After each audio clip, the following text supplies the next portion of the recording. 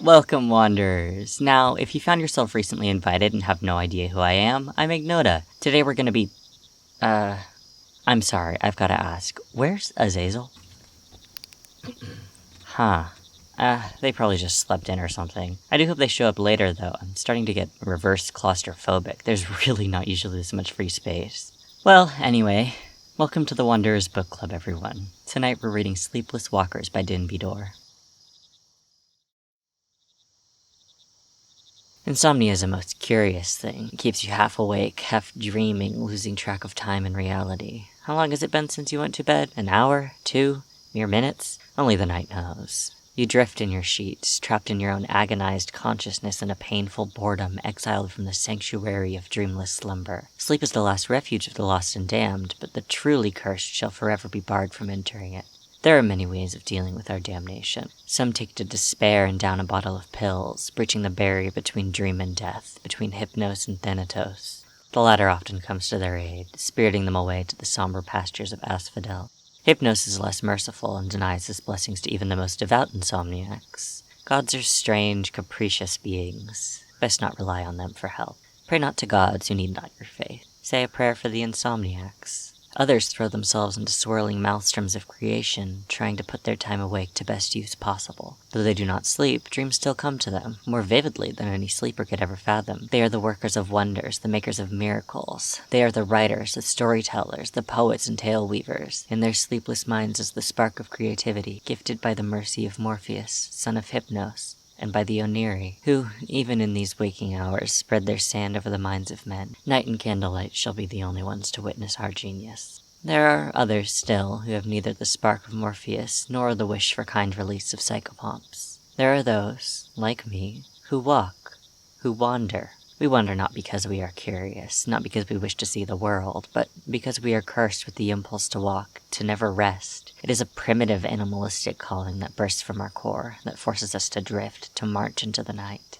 We are a solitary lot, lonesome collective. Though we are legion, there are no fraternity amongst our ranks. We cross paths often enough, but we never speak, barely acknowledging the other's sleepless drifting. A tip of the head, a polite whisper, we go our separate ways, every man his own island. This is our unspoken pact, its origin long forgotten on our eternal aimless march. Our steps take us far and wide. We lurch the empty streets and dark corners of cities. We breathe in their beauty and their decay. We prance around in peaceful fields and misty forests, the sounds of untamed nature our only companions. We wander into places far away from the realms of men, into the palaces of gods and the dungeons of demons, into ruined kingdoms and thriving villages, into the infinite library and the borders of reality, and into places stranger still. Some even claim to have walked bodily into the dreamscape, finally reaching our promised land, though they remain barred from the mercy of sleep. The other wanderers call us sleepless walkers, the witnesses of Neeks, the most ardent worshippers of the lords of night. We pray not to them, but we live to witness what transpires in their domain.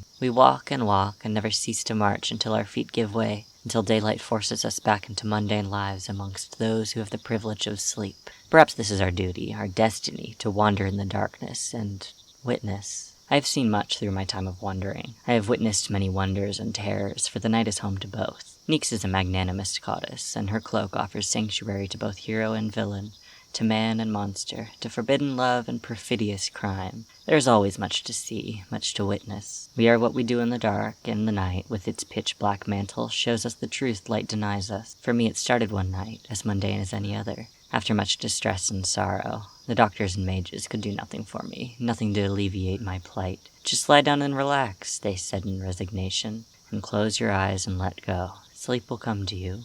I knew these words to be empty, nothing but white lies to soothe my agony. I wept as sleep eluded me once again. Night after night I laid in bed, waiting, wishing, praying, all in vain. Night after night, night after night. I remained painfully awake, writhing, weeping, and yet I did not tire.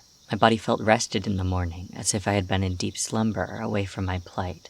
It drove me mad. One night, however, I felt it. As I twisted and moaned, I felt a calling, a feeling deep inside me, an instinct long forgotten, a pull towards the darkness outside. It grew and coiled and unraveled in my mind, my body. It beckoned me. It called my name. I stood up and dressed hastily, the desire to exit my home almost reaching a point of desperation. I did not bother to close the door behind me. To this night, I have yet to turn back. Something tells me I will not be returning. I walked and walked and walked. The hours passed. I knew not where I was headed, only that I must move forward. I walked and walked and walked.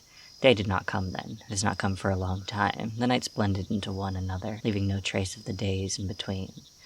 I walked and walked and walked. The night is my only reality. Long forgotten is the blinding light of the sun. I do not remember when I last felt its warmth. The infinite night is now my home. I walked and walked and walked. I kept going on. Wherever I go, I will find night still waiting for me. I cannot go wherever the day still shines. I walked and walked and walked. The nights change every now and then. Sometimes I see stars, sometimes only the moon. Some other times I walk under an empty, pitch-black sky, and other times the nights turn strange and alien. I walked and walked and walked. I did not stop, safe to stand and witness. Much I have witnessed, and much I have to tell. I walked and walked and walked. One night I walked to an unknown pasture. I saw the stars fall from their heavenly pedestals, crashing down upon a kingdom long forgotten. The people cried out in sorrow, but the asters heard them not. They shattered the land as they fell, forever cursing the pasture with their blight. I walked and walked and walked. I learned of a hanged king in a masked city of eternal night, black stars shining on a yellow sky. I found its carnivalesque streets to be both seductive and terrifying. I partook in the madness and the chaos until it too fell behind my steps. Never again will I set foot there. I walked and walked and walked. Another night I observed a great siege against a walled city, its noble people fiercely defending their home. Day after day they had been attacked, and day after day they had pushed them back. Alas, like with many before their time, the night provided cover for their invaders, and the city was taken. I arrived the very night it fell against the roaring horde of the invading devil men, and I wept at the devastation they brought. Overnight, their civilization was reduced to ash. I walked and walked and walked. I crossed paths with an old man, an ancient worn sack hanging from his shoulder. Catastrophe lurked behind him, yet he looked at me with pity. We spoke not, but his gaze told me all I could know about him. As he limped away, 2 long shadows followed behind, off to spread misery and desolation in their wake. I walked and walked and walked. I witnessed the end of creation when the Scarlet King rose from the depths of oblivion to make war against man and god and demon and fae, to sink the multiverse into a cursed night. Yggdrasil burned as the king's flag waved over the ruins of reality. Of this baleful end I wished to know no more, so I left the time of woe behind and walked away. I walked and walked and walked. I met a chronicler from the place beyond, a stranger looking for stranger lands. He was sympathetic to my plight and promised to seek me again in his travels. "Have your story," he said, as he wrote down his tales in a thick book. "Yggdrasil shall not forget." I do hope to meet him again soon. I walked and walked and walked. The night came to see me, wearing the name Tezcatlipoca. "We watch you as you wander," said the God Eternal. "You will never find rest, and never will you bask in Tonatia's light, but no harm shall come to you." I thought of the marked one whose fate I share, and I knew not whether to smile or weep. I walked and walked and walked. I have lost track of time. How long has it been? Cronus no longer comes to me. I know not how many years have gone by. Has it been a decade, 2, a century, an eon? I walk and never stop. Perhaps one day the fates will take pity on me. Perhaps one night, one merciful night, I will be allowed to rest.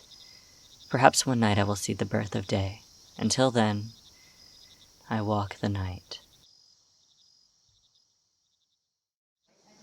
Wing 1, Glottis Impetus' shelf. HN 4.39? You're probably gonna need to check it out. You've missed like half the reading.